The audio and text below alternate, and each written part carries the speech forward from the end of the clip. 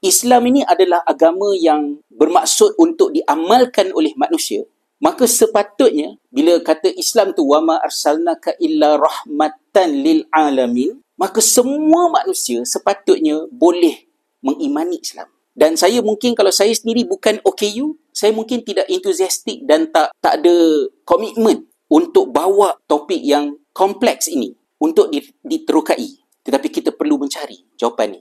Saya ulang balik kisah yang saya buat awal tadi. Bila mana USIM membangunkan Quran terjemahan bahasa isyarat, projek berkenaan menyebabkan mereka menyoal balik diri mereka bahawa selama ini sebenarnya kita ni faham ke agama kita? Bila mereka nak tolong fahamkan orang yang tidak boleh mendengar dan tidak boleh bercakap, apakah makna sebenarnya Bismillahirrahmanirrahim? Akhirnya dengan nama Allah yang Maha Pemurah lagi Maha Penyayang adalah terjemahan yang tidak praktikal, tidak ada makna kepada orang pekak dan orang bisu, sehinggalah kita jumpa loop kepada Bismillah. So terjemahan Bismillahirrahmanirrahim dalam Quran bahasa isyarat ialah ingat Allah selalu.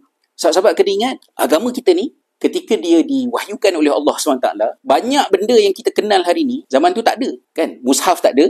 Usahakan mushaf tak ada. Titik-titik huruf pun belum lagi sempurna kalau guna istilah tu. Al-Quran di hari ia diwahyukan, dibawa oleh Jibril kepada Nabi Muhammad SAW, adalah Al-Quran yang paling ringkas dan fluid. Jibril membacakannya kepada baginda mendengar dan membacakannya kembali, tidak dalam bentuk tulisan, tidak dalam bentuk perkataan, tidak dalam bentuk bahan cetak, tidak ada program tahfiz, tidak ada murajaah, tak boleh ayat yang dihafal tidak dibuat murajaah lebih pada seminggu, kalau tidak lupa. Semua dia tak ada. Yang ada adalah Al-Quran yang sangat-sangat tidak berformat. Maka pada hari ini kita kena berani untuk menyoal, jika sepanjang 1400 tahun ini penghasilan mushaf, penghasilan bentuk penulisan dengan Quran Majidnya macam ni, dengan mushaf yang Madinah punya style dia macam semua tu, telah memberi khidmat yang besar kepada ramai umat Islam, berkemungkinankah benda yang sama pula